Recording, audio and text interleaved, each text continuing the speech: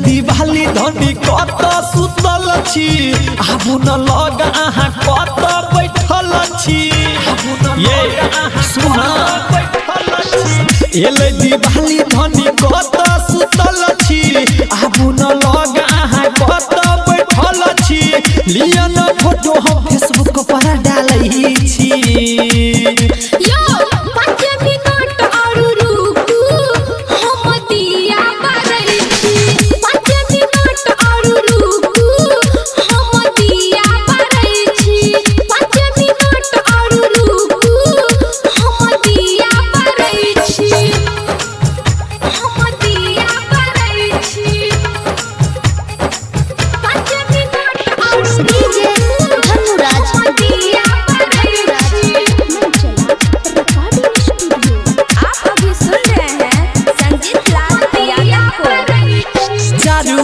जगमग जगमग कर रही छे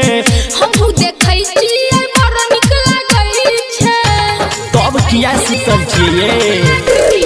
चारू ओर जगमग जगमग कर रही छे हमहु देखै छियै बड़ नीक लागै छे करू नै देरी छै शुभ शुभ बेरी आबू आगादी हाथ दुनू लिया चोरी लगे हम फोटो फेसबुक पर डालै छी यो 5 मिनट और रुकू हम दिया बारै छी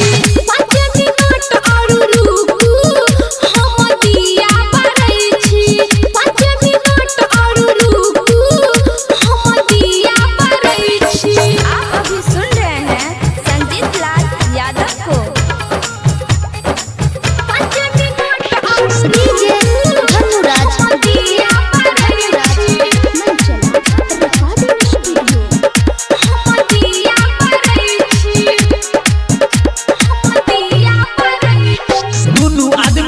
के पराठा उरे हेबे संगे है मिलके छुरा छुरी जरेबे तब तो जल्दी आबू न ये दुनू आदमी मिलके पराठा उरे हेबे संगे है मिलके छुरा छुरी जरेबे कहैया संजीत लाल ताको हमरा ओरी प्रियंका आहा छी सुनु बर दुलरी बना के वीडियो हमर रील पर डालै छी यो 5 मिनट और रुकू हम दिया बारै छी 5 मिनट और रुकू हम दिया बारै छी 5 मिनट और रुकू हम दिया बारै छी एले दिवाली धनी कत सुतल छी